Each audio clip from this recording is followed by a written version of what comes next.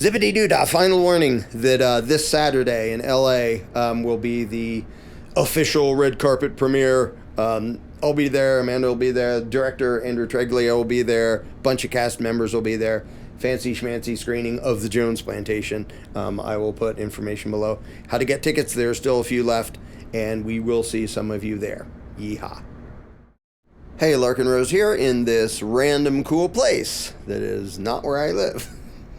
Unfortunately, it's a really cool place.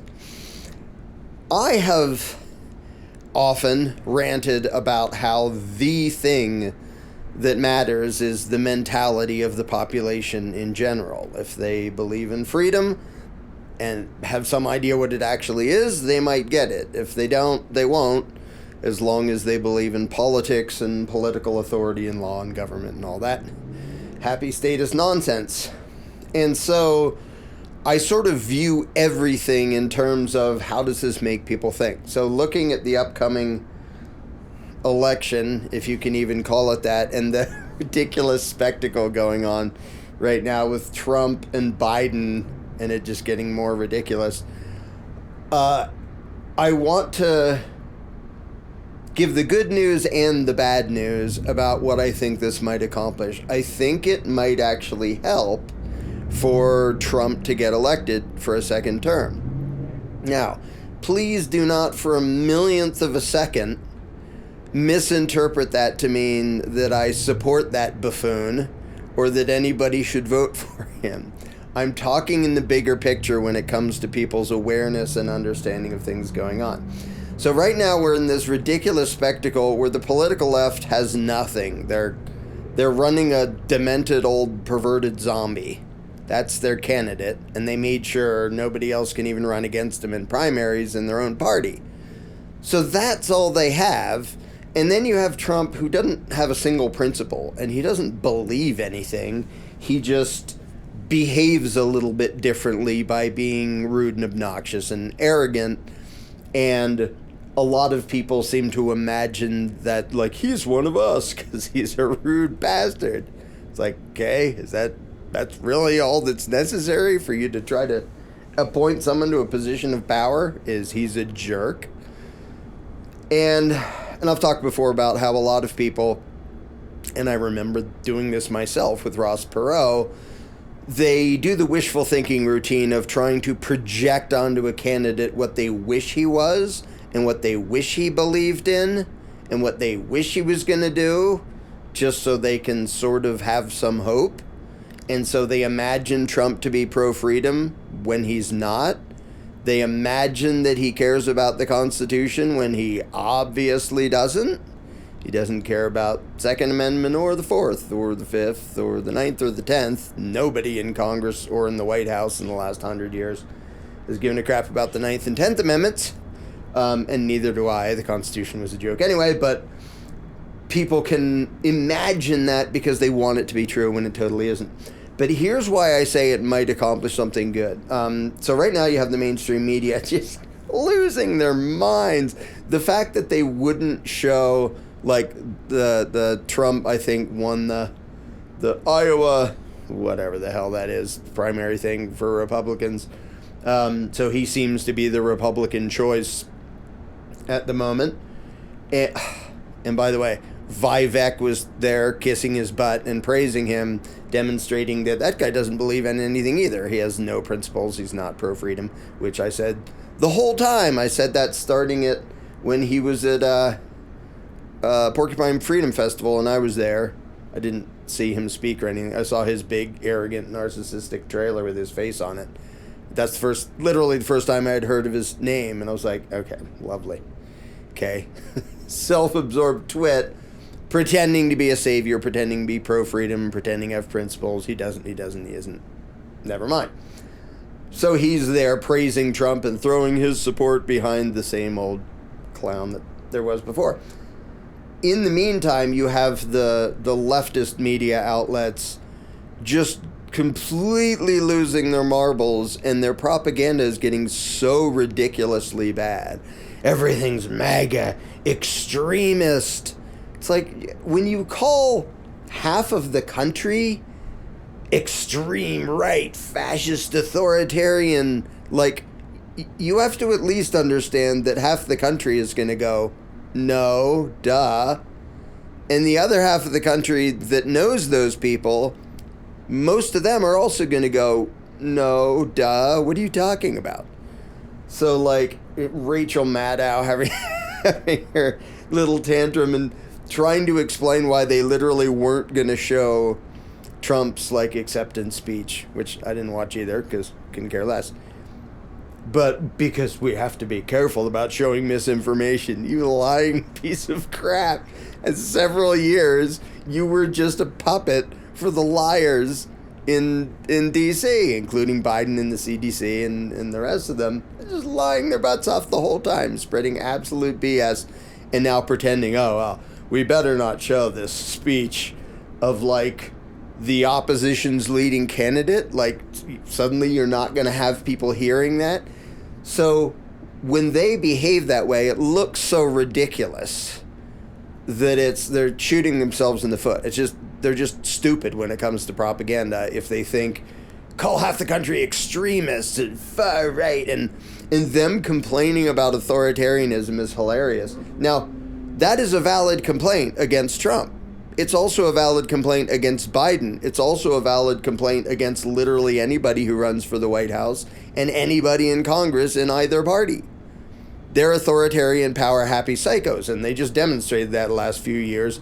So when you have an administration, or the apologist for an administration that literally just assumed police powers, we're going to make a mask mandate. And their own courts, it took ages, but their own court said, you never had any authority to do anything of the sort. You just made that up. That is what the court said when they threw out the mask mandate. I'm paraphrasing, obviously. But they said there was no constitutional power to do any of that. That's authoritarian. And all the crap they tried to push on people, and then all the behind-the-scenes illegal crap they did that now is coming out piece by piece to try to terrorize people and make people basically enrich big pharma and empower big government. For them to go, oh, Trump's a threat because he's authoritarian. It's like, you hypocritical dumbasses. But that's not working on anybody.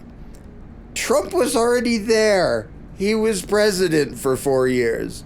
So to try to paint it as if it's going to be this police state dictatorship, like, he was already there.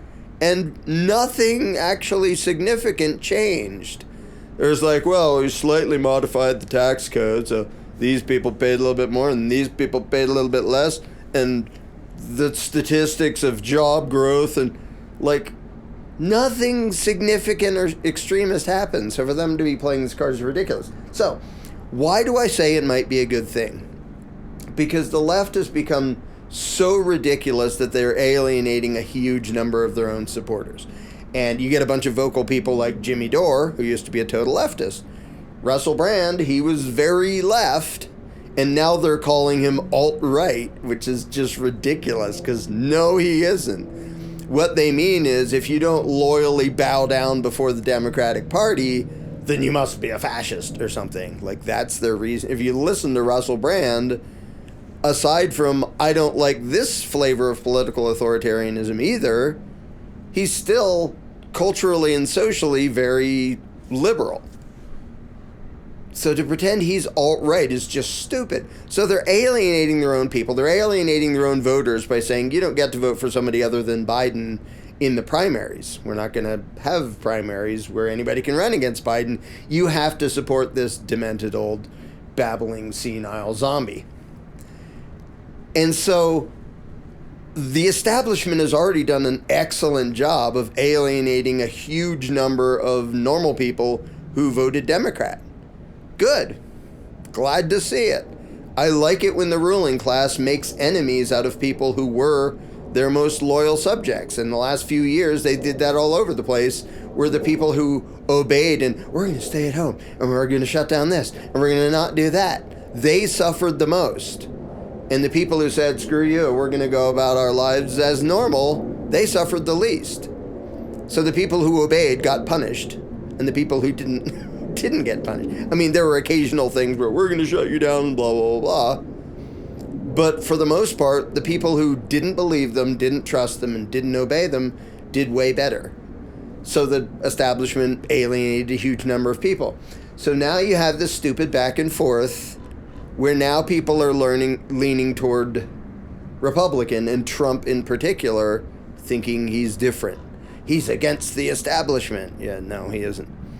He's for freedom. No, he's not. He's for the Constitution. Nope, not that either. None of them are. None of them ever were. But the reason I think it might do some good is now we need to alienate more people on the political right, and a second Trump term would do that. Because you can only have 2 terms.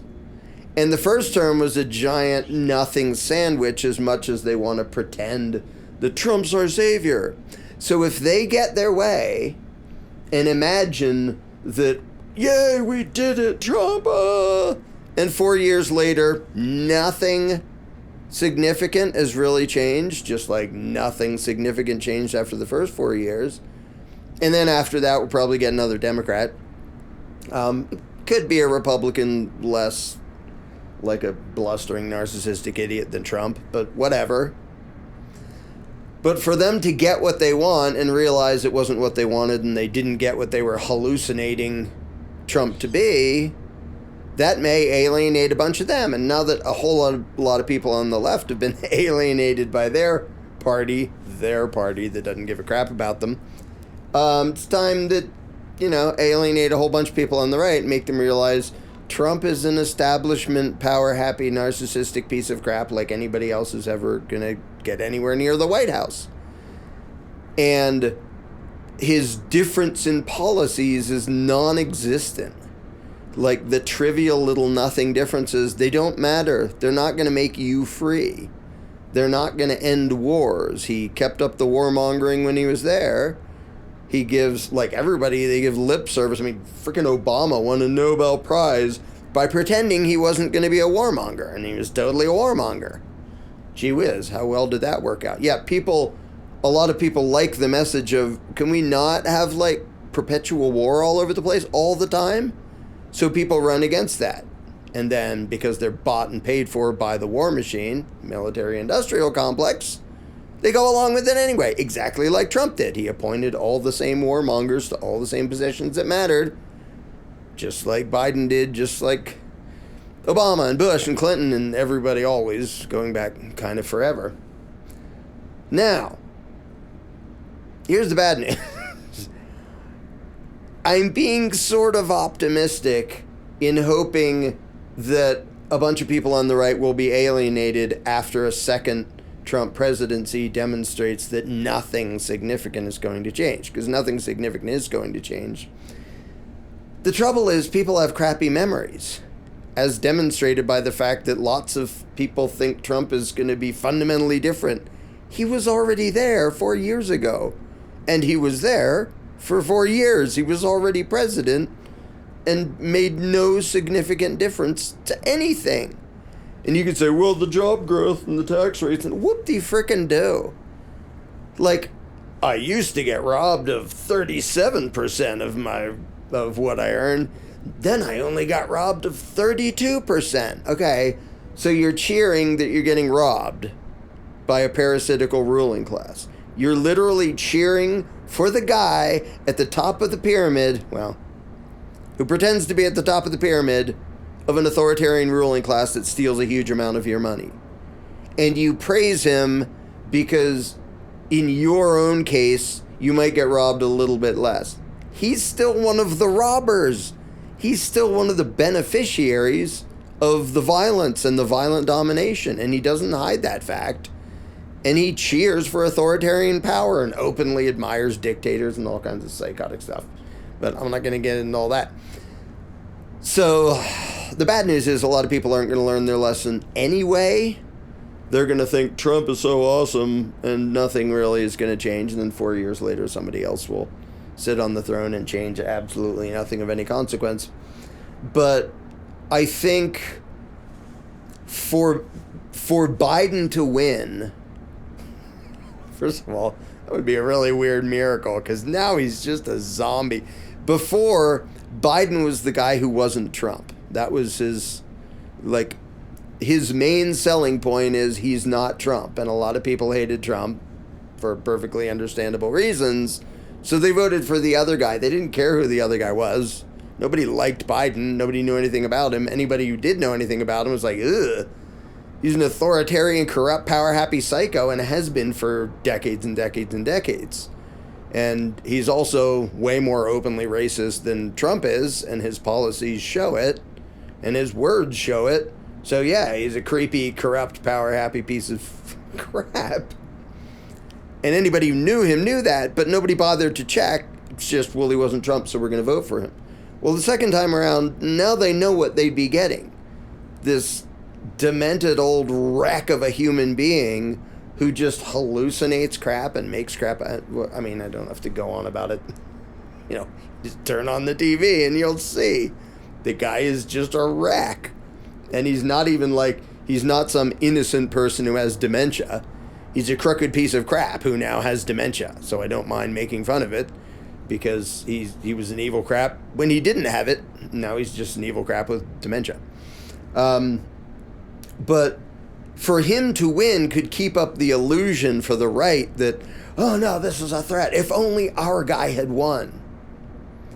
So I kind of want their guy, Trump, to win so that the few of them capable of remembering something for more than 5 minutes will notice that after the rah, rah, rah, our guy won, nothing's going to happen. Nothing significant is going to change at all. And that moment for me, which was way more significant and had way more promise to it than the stupid Trump candidacy, which I've mentioned before, is the 94 Republican Revolution. The rhetoric and the propaganda coming out of Republicans back then was amazing. It was principled. It was pro-freedom. It was, we gotta slash these departments and these agencies, and government has no business doing this or this or this. We have to slash these taxes all over the place. We have to go leaps and bounds basically towards libertarianism. And that was the message of a huge number of people running for office in 1994, and it worked. They won the House and they won the Senate. And Rick Santorum, his propaganda was awesome. He's a power-happy slimeball, but his propaganda at the time made it sound like he believed in limited government and individual freedom. He didn't. Neither did any of them. Now, I shouldn't say that because a few of them who had never been there before seemed to sort of believe what they were saying, and they got elected, and 2 seconds later they're coming out and saying, we can't do anything. The way the system actually works, a few of us, actually meant what we said. We have no ability to do anything. If you don't kiss the ass of the system, you don't get chairmanships and you get to be on this board and this committee, and so you can't do anything. Never mind the show that CNN puts on, we don't have the power to change anything if we don't bow down to the establishment system that's actually there and the way things actually work. So you had a bunch of people who didn't mean it and just spewed the BS to get into power, like Newt Gingrich and Rick Santorum and a whole bunch of others, none of whom believed a word of it. And then you had a few people who actually meant it, who had never been politicians, who had sort of been nothing and ran for office, and they came out and said, well, we meant it, we wanted to do that stuff, and you can't. The system is set up so that that's impossible. Even well-intentioned people who really mean it, it can't be done. We can't significantly hack things down. They're armor-plated the way the system actually works inside Congress. So that disillusioned a whole bunch of people, including me. That was very near the end of my statism. I gave up my statism entirely in 96, which I only remember because I was Ragnar 1996 on AOL. Excellent Ragnar Danishold from Atlas Shrugged. That's why I remember what year I stopped believing in government entirely. So it was only a couple years before that. And that was a really rude awakening for a lot of people, including me, because in that case, the rhetoric was perfect. The message was perfect. The philosophy, because there actually was some, unlike Trump, was perfect. These people want to like drastically slash a whole bunch of taxes, end a whole bunch of taxes, just throw a whole bunch of federal agencies out the frickin' window, slash this department, end that, in this thing. Federal government has no right doing any of these things. Should go back to the states, and tax cuts should be like drastic across the entire board. None of it happened. Most of them didn't mean it. Some of them meant it and found out they can't do anything about it anyway.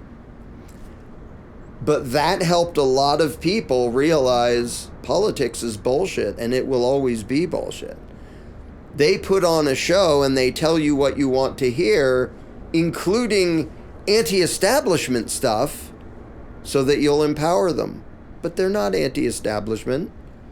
They wouldn't get into power if they were anti-establishment. And they certainly wouldn't get anywhere near the White House.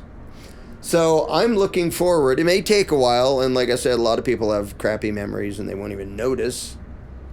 But I'm looking forward to a lot of people on the right being disappointed and frustrated and depressed and disillusioned when they get their clown in for another 4 years and nothing significant happens.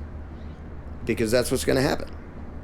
And it looks like, at the moment, Trump looks most likely to win again because he's running against the undead. So it shouldn't be that difficult to win.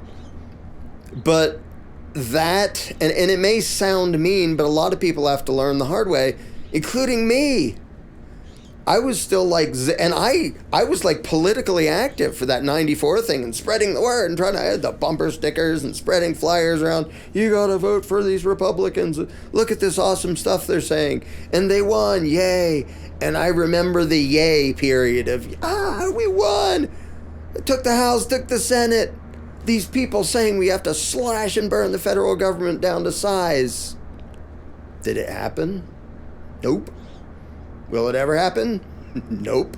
Not by way of politics, it won't. And so a lot of people have to learn the hard way. And it may be that the second Trump presidency is the hard way that a lot of people are going to have to learn. Nobody anti-authoritarian, nobody anti-establishment is ever going to get in there. And if they did, if somebody actually got there, they never will. But if they did, they'd get shot the next day. Literally, they would just get shot. And so, as long as people can have some hope in politics, they're going to keep playing that stupid game. And Jones Plantation talks about this. That's why the game is there, to keep people throwing their effort in the wrong direction in a way that poses no threat to the establishment, but gives the people the illusion that they have some say in the matter, when they don't at all. Not in any way, shape, or form. Including if they try to vote by third party. Noah's little speech in the movie. So I look forward to people being disillusioned and frustrated and depressed after a second Trump presidency, so that maybe some of them dare to back up enough to think about things and realize politics is 100% incompatible with humanity and morality and what society should be. Doesn't matter who's on the throne, it matters whether there's a throne. And people still bickering about who to put on the throne are still 100% making the problem worse, no matter who they're voting for. So hopefully some people will learn that, even if they have to learn it the hard way.